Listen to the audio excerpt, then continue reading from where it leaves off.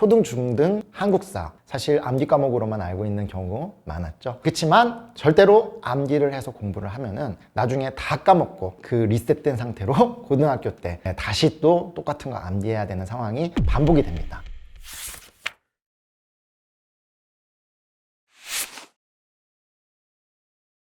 친구들은 항상 한국사 수업을 들으면 뭔가 필기하려고 하고 외우려고 하고, 근데 역사는 그렇게 외우는 과목이 아니고 그 사건이 어떻게 일어났는지 원인과 결과에 대해서 옛날 사람들의 마음으로 체험해보는 것이 첫 번째고, 그것을 이해하고 해석하는 것이 그 다음 단계거든요. 근데 다짜고짜 외우려고 하고 무조건 시험을 보려고 하고, 요거 자체가 접근 방식에 문제가 있다고 생각을 합니다. 역사적 사고는 사실 역사에 엄청나게 많은 사건들이 있었잖아요. 그것들을 그냥 외우는 것이 아니고 하나하나에 있었던 사건들을 직접 자기가 상상해보면서 해석하는 것이 핵심입니다. 왜 이 사람은 이런 선택을 했지? 그리고 왜 이것들은 이렇게 될 수밖에 없었지? 이런 것들을 고민하는 것이 역사적 사고라고 할 수 있습니다.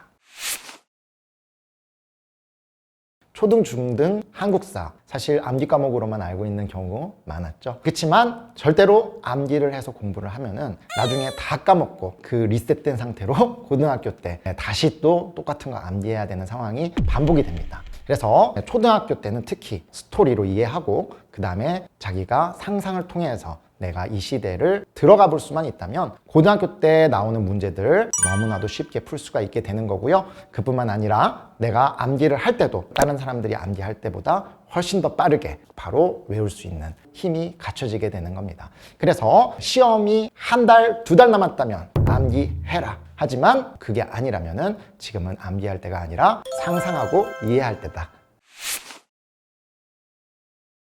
한국사를 잘하기 위해서는 사실 초등학생 때는 그냥 암기를 하는 것은 절대로 하면 안 되고요. 자기가 직접 여러 이야기들을 전래동화처럼 들어가지고 자기 것으로 만들고, 이 시대 사람들이 과연 어떻게 살았는지에 대한 자기만의 이미지를 딱 그려놓는 것이 너무 중요해요. 문화 유적지를 많이 가보는 게 중요할 것 같습니다. 경주라던가 또 한양 도성이라던가 또 박물관이 지역별로 엄청나게 많이 있잖아요. 이런 것들을 먼저 다녀보면서 친구들이랑 같이 이야기를 나눠보고, 부모님들이 꼭 모르는 내용이라도 상관없어요. 같이 그냥 읽어보면서 공부를 하고 또 상상을 해보는 그 경험만으로도 엄청나게 큰 결과로 이어질 수 있습니다. 그래서 꼭 시각적인 경험을 해보는 것을 추천드립니다. 주의해야 될 점은 먼저 아까도 계속 얘기했지만 이것들을 외우도록 막 주입을 해줄 필요가 전혀 없습니다. 거북선 모형이 있으면 와, 이거 왜 안에 몇 명이나 들어가지? 막 이런 질문을 같이 던져보기만 해도 큰 도움이 되고요. 이 거북선이 예를 들어 몇 년도에 사용이 됐다, 무슨 전투에서 활약을 했다, 이거를 외우는 거를 강요하게 되면은 그 다음에는 박물관 가는 게 즐겁지 않을 수도 있습니다. 그래서 반드시 주의해서 재미있게 그냥 눈으로 보고 온다, 마치 재미있는 공연을 보고 온다, 이렇게 생각해주면 좋을 것 같습니다. 만약에 지금 이 보고 있는 친구들이 고등학생이다 이러면은 이제는 하나하나 더 외우는 수밖에 없습니다. 사실 초등학교 때 미리 그 역사적 사고를 자기가 다 이미지적으로 그리고 상상을 많이 해서 익혀놨더라면 사실 진짜 어려운 문제는 외우는 걸로 맞추는 게 아니라 바로 자기만의 상상력의 힘으로 맞출 수 있게 됩니다. 그것이 올바른 상상을 했다라고 가정했을 때 진짜 어려운 문제는 뭔가 하나를 외웠냐 안 외웠냐로 나오는 게 아니라 정말 그 시대를 이해했냐로 나오기 때문이죠. 그래서 지금 고등학생들 친구라면은 빨리 하나라도 더 외워야 되고, 초등학생 친구라면은 외우기보다는 반대로 조금 더 많은 이야기와 상상을 함께 해보는 게 좋을 것 같습니다. 사실 역사는 역사 과목뿐만 아니라 논술이라던가 또 국어, 여러 과목들에 다 등장을 합니다. 사실 땡땡의 역사만 붙이면 다 역사가 되잖아요. 과학에도 심지어 역사가 들어가 있고, 갈릴레이가 어느 시대 사람인지, 그때 왜 그런 실험을 했는지, 그리고 왜 잡혀갔는지, 이런 것들도 우리 역사 속에서 이해를 할 수가 있는 거고, 그뿐만 아니라 모든 과목들에 이 역사가 다 숨어 있습니다. 그래서 이 역사를 배워두게 되면은 역사뿐만 아니라 앞으로 중, 고등학교 여러 과목들에 활용을 할 수가 있기 때문에 미리 배워두는 것이 중요하고요. 실제로 저는 글쓰기 하거나 논술 하거나 다른 과목들을 공부할 때 그 역사 지식을 진짜 많이 활용을 했습니다. 실제로 선생님도 대학교 준비를 했는데 그때도 논술을 볼 때 역사 문제가 진짜 많이 나오더라고요. 철학, 역사 이런 것들이 주로 인문학 소재로 등장하는 것들이 많기 때문에 그럴 때도 진짜 많이 활용을 했었습니다.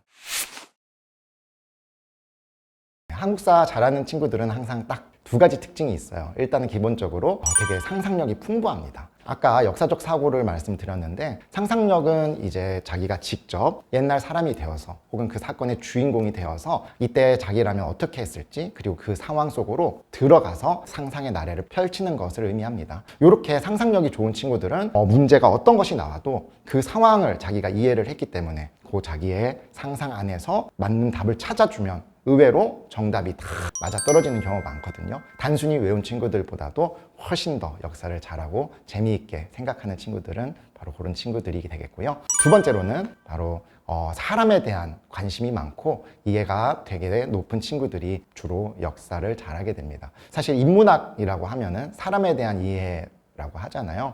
역사도 인문학의 한 과목으로서 사람의 감정, 사회, 문화 이런 것들을 엄청나게 깊게 공부하는 그런 학문이에요. 그러다 보니 사람에 대한 호기심이 많은 친구들이 또 감정에 대한 그런 이해가 높은 친구들이 역사를 잘 한다고 생각을 합니다. 반대로 역사를 공부를 열심히 하면은 또 사람에 대한 이해가 높아지고 상상력도 엄청 풍부해져서 여러 과목에 또 활용할 수 있는 자기만의 힘이 생기게 된답니다.